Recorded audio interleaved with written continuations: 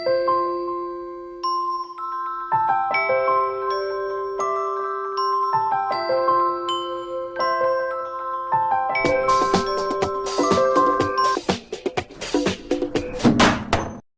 warahmatullahi wabarakatuh. Perkenalkan, nama saya Salvina Syahara Dewi. Saya mahasiswi semester 4 dari Program Studi Bimbingan dan Konseling Fakultas Tarbiyah dan Keguruan Universitas Islam Negeri Araniri, Banda Aceh. Dalam rangka memenuhi tugas akhir dari mata kuliah pengembangan kurikulum DK yang dibimbing oleh dosen kami, Ibu Zahra Nelisa MED, maka kami akan mencoba menjelaskan sedikit tentang materi pengembangan kurikulum, yakni evaluasi kurikulum. Seperti yang kita ketahui, bahwasanya evaluasi kurikulum ini merupakan proses penerapan prosedur ilmiah untuk mengumpulkan data yang valid atau reliable dalam rangka untuk membuat keputusan mengenai kurikulum yang sedang dijalankan atau yang sudah dijalankan. Nah, jadi evaluasi kurikulum ini adalah penelitian yang sistematis mengenai manfaat, kesesuaian efektivitas dan efisiensi dari kurikulum yang diterapkan.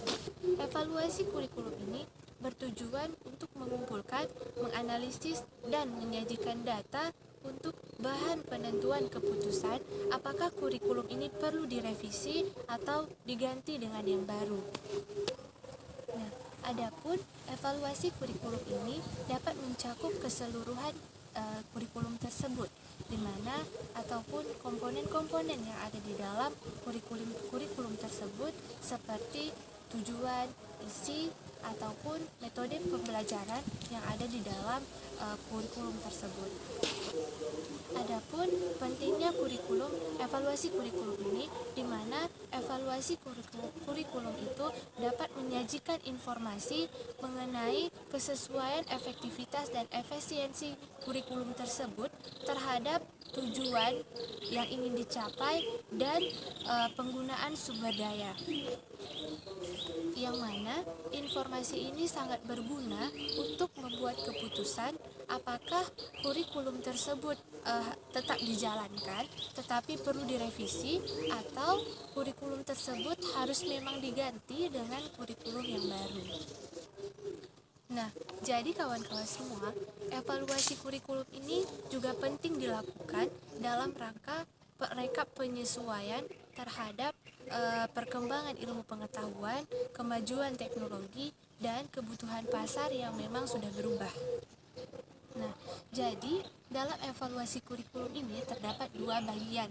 Yang pertama, ada evaluasi formatif, dan yang kedua, ada evaluasi sumatif. Nah, pada evaluasi formatif, di mana hasil dari evaluasi itu adalah area-area kelemahan kurikulum yang sedang berjalan, ataupun evaluasi ini dilakukan pada saat kurikulum itu sedang berjalan menuju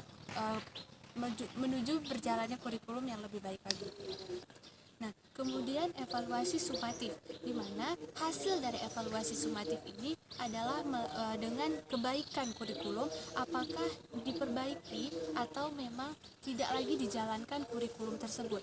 Nah, jadi seperti yang saya katakan tadi, evaluasi formatif ini adalah berlangsungnya pada saat kurikulum itu berjalan, sedangkan evaluasi sumatif ini adalah hasil kurikulum pada saat di akhir dilaksanakannya kurikulum tersebut. Nah, dalam melakukan evaluasi kurikulum ini terdapat beberapa model. Nah, yang pertama, evaluasi kurikulum model penelitian, di mana evaluasi ini memang dilakukan atas dasar teori dan metode tes psikologi serta eksperimen lapangan.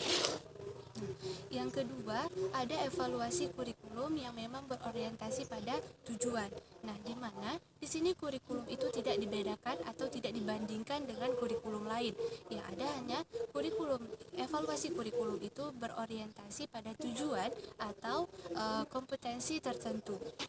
Nah, model yang ketiga adalah evaluasi kurikulum yang memang tidak berorientasi pada tujuan.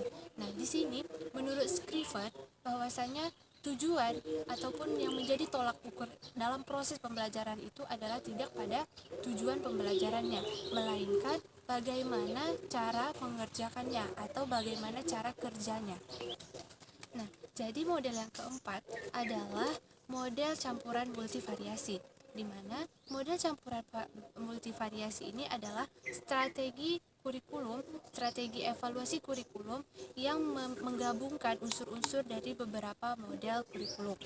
Nah, jadi yang kelima ada model evaluation program for innovative curriculum.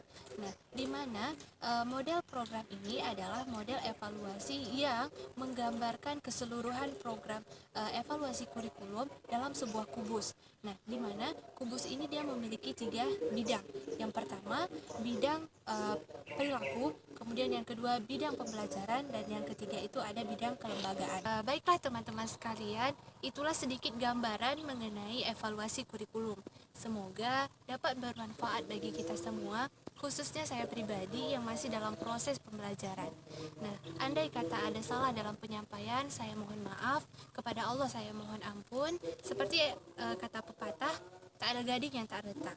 Maka dari itu, terima kasih atas perhatian teman-teman sekalian. Kepada Ibu dosen Ibu Zahra Nilisa MED, saya ucapkan terima kasih atas ilmu yang telah diberikan kepada kami.